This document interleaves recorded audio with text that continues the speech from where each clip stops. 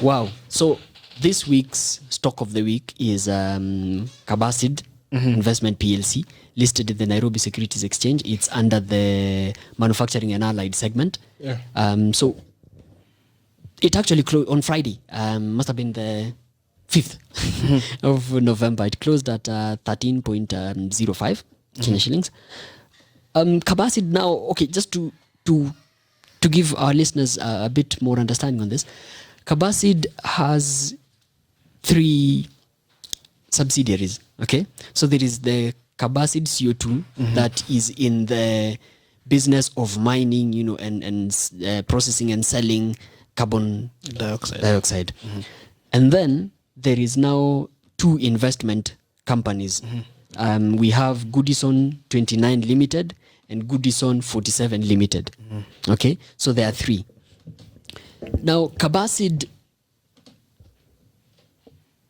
I was looking at the curve of their share price since May of 2021. We are in November 2021. And it has been relatively flat. Yeah. Has been relatively flat. And I was like, okay. Not much activity. So, for people who are, short-term traders, there hasn't been much to make. They also released their annual results. Talking of day traders. Anyway. As at the annual results for the year ended July of 2020. June of 2021. 2021. Sorry, That's a weird. It's not common. July is not a common. It's many people do March, December, and the likes. But it is what it is.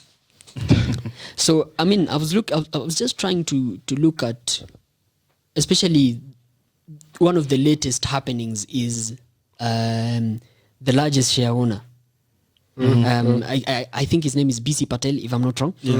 So BC Patel has actually, from the annual report, he now owns 49%. And I think Kalia, I must have had a conversation with you. Who owns 49% currently. I think previously he owned 40%, so he has upped his stake. Okay, and I was just looking at that and how it plays out, and the risk of the key person risk. Okay, what if at one point BC Patel was to exit the company and the likes? Would it be the Merali kind of style? Okay, so what would happen to investor confidence and the likes, because this is someone who owns a huge chunk. It's not bad, okay, but I'm just looking at how that would play out. No, I think as long as you do your due diligence, you'll be able to pinpoint or find out any skeletons that might be hidden in the closet. Yeah, absolutely. So the industries are very different. That was a bank. And so if the chunk of the operating capital you have is my money, which I can pull out at any time, that's a totally different scenario. Because then in a bank, if you pull out capital, you'll adversely affect the ratios. And so the whole stability of the thing is compromised. You come to this BOC thing, doesn't matter how much the guy owns here, because as long as you can keep producing gas. BOC? Yeah. Oh, Cabasid. You meant Cabasid. Yeah. So these are operational companies which they have products, real products. So as long as the product can be produced, they can get to market. Actually, Cabasid operates in all the EAC member states. It also operates in Zambia, in Ethiopia. They might be having their products. They're not really that they operate, but their products. They have suppliers, that service those markets. They might be experiencing probably the same thing that many companies are experiencing in Ethiopia. Business with Zambia, I normally think there's no big problem, with Kenyans, because we have a double taxation agreement with Zambia and the good relations that we have, so that tends to smoothen things. Now, for me, I'm looking at the future outlook of Cabasid, okay? And they've been largely if you look at things have been plateauing, so to speak. And so but that's I'm trying to see where in 2021 since they released the results. So I'm actually, before they released, this is coming from May, their share price and everything. And I'm looking at, is there that oomph that I'm looking at where the oomph can come from. You get what I mean? I'm trying to look at where it might come from, you know. I'm expecting this from the lines of the investment, not leave alone the Cabasid carbon dioxide business. I'm looking at the Goodison 29 and 47 investment companies. Yeah. I'm looking, I think that's the future of this company.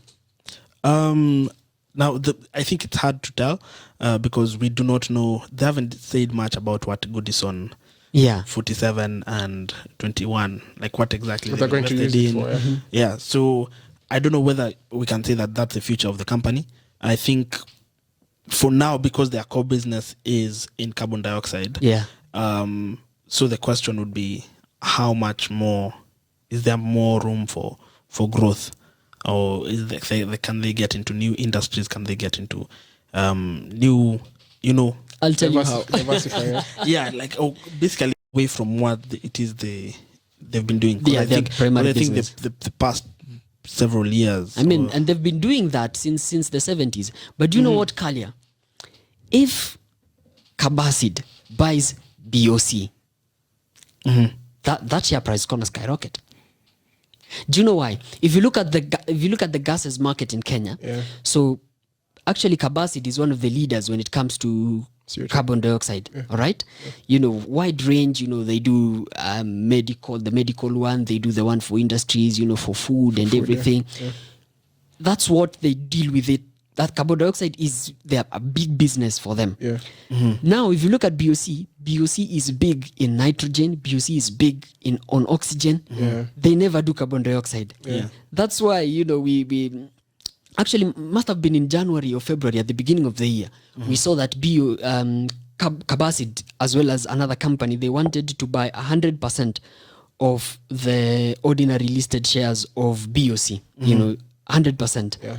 So, but then, as Dan was telling me during the week, that one of the owners must have been a former director of BOC Kenya, who went ahead and to the Capital Markets Authority and said that this sale is going to undervalue BOC.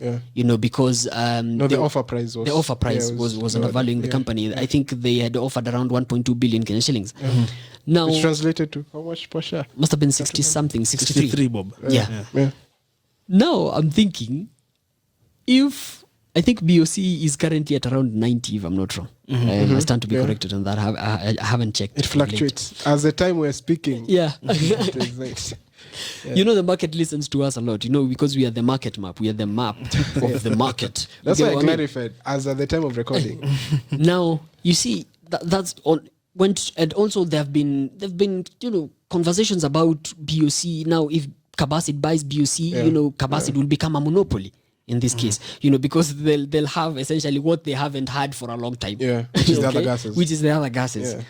Now the sale has been suspended at the moment. I think we are waiting for more information from CMA, probably other players. I think they're waiting for the tribunal. What do you guys think about that? What do you guys think about that? About this guy going to the CMA to lodge a complaint? I mean, he owns 7% of BOC Kenya, so what? He has all the right to do that. But again, I don't think so. If the 93 other shareholders are okay with that price, you just have to accept that. You know what? But do you know what? Because I think according to the Capital Markets Act, or the Companies Act, when there's such a takeover, you need... Is that what's called a hostile takeover? No. Yeah. But for that, like, if Cabasid were able to get 90% of shareholders' approval that they're okay, then they can compulsorily that word, yeah. They can apply to have the remaining 10% bought by them compulsory by force now. At the prevailing prices. So my point was, if Cabasid buys BOC, then there's money to be made. Powerhouse. There's money. Like that's a clear growth strategy or growth avenue for growth and expansion. So diversifying away from CO2 and getting more into the bigger. And BOC gases. Is just BOC Kenya. We have BOC Uganda. So I mean, they would easily, because they already now, as I just earlier said, that they service EAC member states markets, and also Zambia, Ethiopia, and others. So they already have a distribution channel and everything. Yes. So for these gases, they can just do the same and stretch it out. Yeah, and also I think for BOC, a good portion of their customers and their gas supply is medical oxygen. Yeah. And even if you're to look at, because of COVID and the pandemic, there's a lot of I wanted to look at that on the charts. There's a lot of investment into the medical space. Yeah.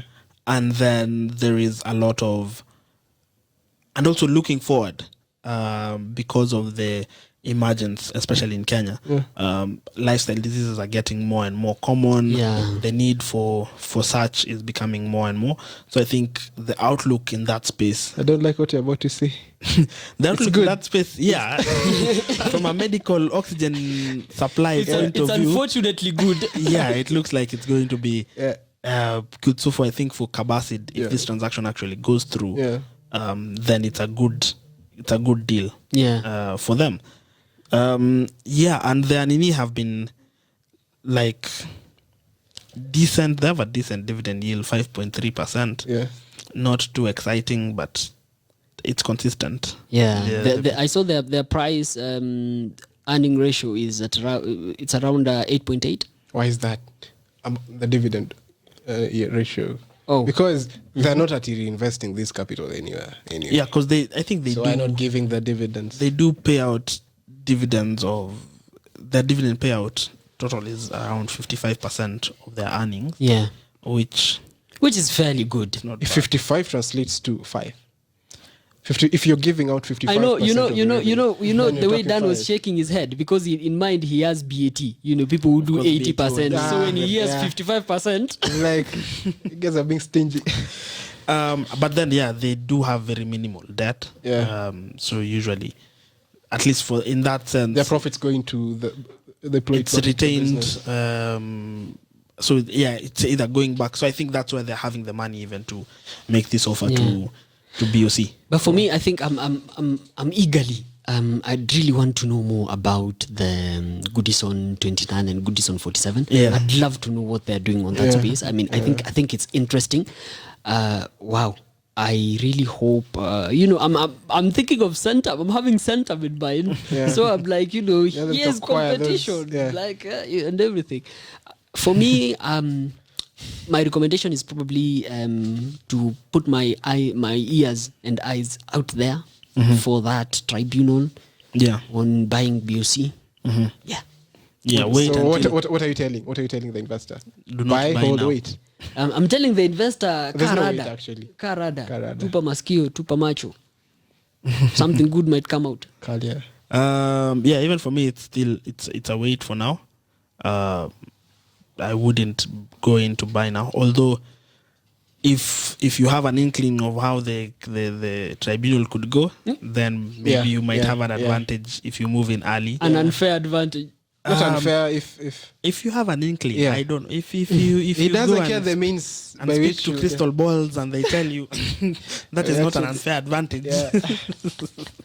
What do you think, Esther? Again, what Kalia said, what you have said. Wait. Yeah, but as you wait, be doing some work. Absolutely. Yeah. Oh, it's been awesome, man. It's been a pleasure. Thank you so much for listening to us. Yes.